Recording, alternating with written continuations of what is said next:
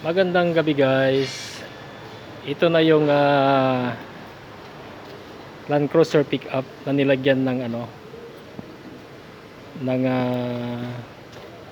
aluminum plate.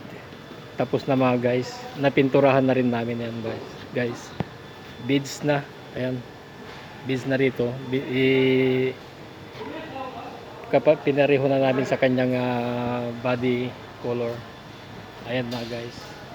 Meron na rin siyang tangke mga guys. Ayan. Meron na rin siyang tangke. Ayan mga guys.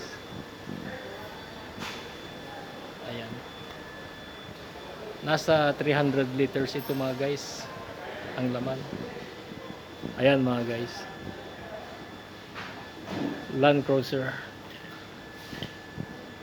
Marami kaming ginagawang ganito mga guys. Tapos papipinturahan. Ayan. Ayan mga guys.